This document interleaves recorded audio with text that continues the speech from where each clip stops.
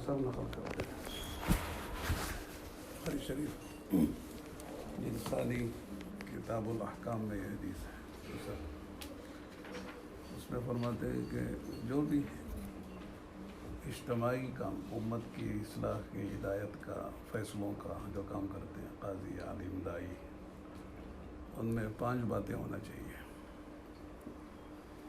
اگر ان میں ایک بھی نہیں ہے تو وہ نقص ہے اس میں وہ کام پوری طرح نہیں کر سکتا ہے.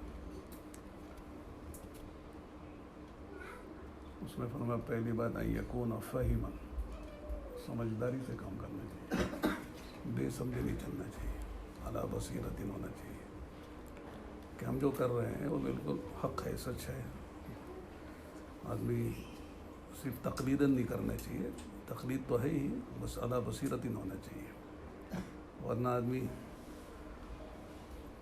عقیدت کو غالب کر دیتا ہے عقیدے پر. عقیدے گمراہی کوئی حرج نہیں ہے لیکن عقیدت میں آدمی بہ جاتا ہے. سامنے والے سے جب عقیدت ہو جاتی ہے تو عقیدہ بھی ختم ہو جاتا ہے. آج کل کے حالات ہم دیکھ رہے ہیں. تو اور جو بھی کام ہو امت کے اجتماعی کام ہو اعلیٰ بصیرت آدمی کو چلنا چاہیے اور بصیرت چلنے کے لیے بصیرت والوں کے ساتھ رہنا چاہیے. اس لیے کہ آدمی کو اپنی ذات پر پورا بھروسہ نہیں ہوتا ہے اس لیے کہ آدمی کہاں جا کے گڑھے میں گرتا ہے.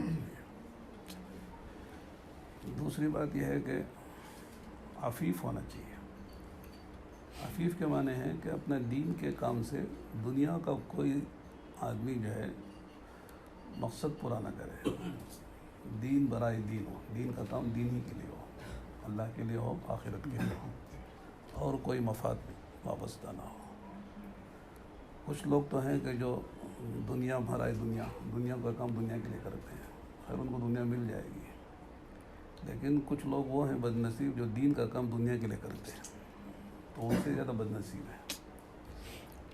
تو اس لیے کہ آدمی کام کرتے ہوئے سوچے عفیف ہونا چاہیے. عفیف میں صرف یہ نہیں کہ مال نہیں چاہے بلکہ آدمی کو منصب کی طرف بھی نگاہ نہیں ہونا چاہیے. میرا مقام ہو میرا مرتبہ ہو میری حیثیت ہو اس میں آدمی مار کھا جاتا ہے. کام کر کر بھی آدمی فیل ہو جاتا ہے. تیسری چیز ہے حلیم ہونا چاہیے. یکون حلیما فہیما عفیفا حلیما. حلیم کے معنی ہے کہ بہت ہی برداشت کا مادہ ہونا چاہیے. اس لیے کہ انفرادی آدمی کے جتنے اعمال ہیں اس میں حلم کی زیادہ ضرورت نہیں ہے. اجتماعی کاموں میں حلم کی بہت زیادہ ضرورت ہے. تو حلم کے بغیر آدمی اچھا ڈاکٹر نہیں ہو سکتا اچھا باپ نہیں ہو سکتا اچھا استاد نہیں ہو سکتا اچھا دائی کیسے ہو جائے گا. اس لیے کہ دعوت تو عام طور سے جاہلوں میں ہوتی ہے نادانوں میں ہوتی ہے بے طلبوں میں ہوتی ہے. تو وہاں تو حلم کی بہت زیادہ ضرورت ہے. تو آدمی تھوڑی سی ناگواری پر اگر اس کو ریئیکشن کر لے تو پھر آدمی کام نہیں کر سکتا ہے. تو دعوت کے کام میں آدمی کو غیروں سے زیادہ اپنوں سے بھی مقابلہ ہوتا ہے. اذیت پہنچتی ہے. حضرت موسیٰ علیہ السلام کو جو اذیت پہنچی ہے وہ اپنوں سے زیادہ پہنچی ہے. جب اللہ کے نبی علیہ السلام کو جب انصار مدینہ کو شکایت ہو گئی کہ آپ نے حنین میں کچھ مال مکے والوں کو دے دیا تو ان کو شکایت ہوئی تھی تو حضور نے خط سمجھایا بات ختم ہو گئی. لیکن اس وقت آپ نے فرمایا تھا کہ اللہ موسیٰ پر رحم فرمائے کہ موسیٰ کو اس سے زیادہ ستایا گیا. حالانکہ ایک حدیث میں ہے کہ جتنا مجھے ستایا گیا جتنا مجھے ڈرا کسی کو نہیں ڈرایا گیا. اور یہ حدیث میں آتا ہے کہ موسیٰ کو مجھ سے ستایا گیا. تعارض ہے بظاہر دو باتوں میں. تو فی الجملہ جو ہے حضور کو سب سے زیادہ ستایا گیا ہے لیکن اپنوں کی طرف سے جو زیادہ ستایا گیا ہے موسیٰ علیہ السلام ستایا گیا ہے کہ بنی اسرائیل نے قدم قدم پر حضرت موسیٰ کی مخالفت کی ہے کہ کھانا نہیں کھائیں گے یہیں بیٹھیں گے پڑھیں گے نہیں آپ کے ساتھ بچڑے کی پوجا شروع کر لی. تو اگر حلم کے بغیر آدمی کام نہیں کر سکتا. چوتھی بات یہ ہے کہ صلیب ہونا چاہیے. اپنے موقف کا مضبوط ہونا چاہیے. جب آدمی موقف پر مضبوط نہیں ہوتا ہے تو پھسل جاتا ہے. جس کو حق سمجھتا ہے اس کو جمنا چاہیے. یعنی آدمی کو اپنے موقف سے ہٹانے کے لیے کبھی ترغیب سے کام لیتے ہیں کبھی ترہیب سے کام لیتے ہیں. لوگ بڑی بڑی آپ کو لالچ دیں گے، لیکن آدمی اگر واقعی صحیح ہے تو پھسلے گا نہیں وہ، یا لوگ ڈرائیں گے دھمکائیں گے تو آدمی نہ، اللہ کے نبی کو یہ دو باتیں پیش آئی تھیں کہ آپ کو ترغیب دی گئی، آپ کو بادشاہ بنا لیں گے، مالدار بنا لیں گے، فلاں دے دیں گے یا ختم کر دیں گے، لیکن مضبوط تو صلیب صوت سے۔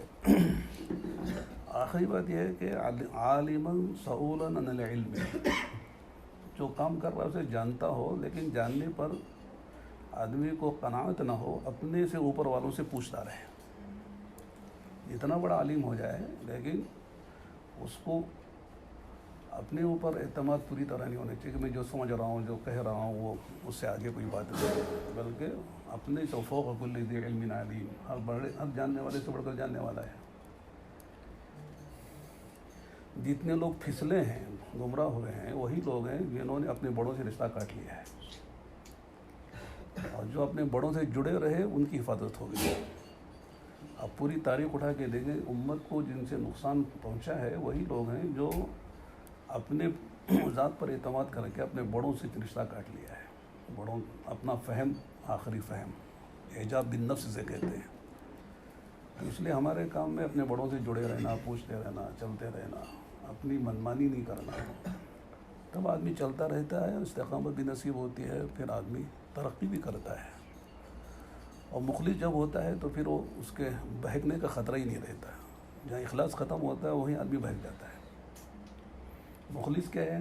اللہ کی رضا ہے، آخرت ہے، بس دو ہی باتیں ہیں، یہ دو باتیں ہیں تو پھر آدمی کہیں بہکتا نہیں، کہیں جو ہے جا کے گمراہ نہیں ہوتا ہے۔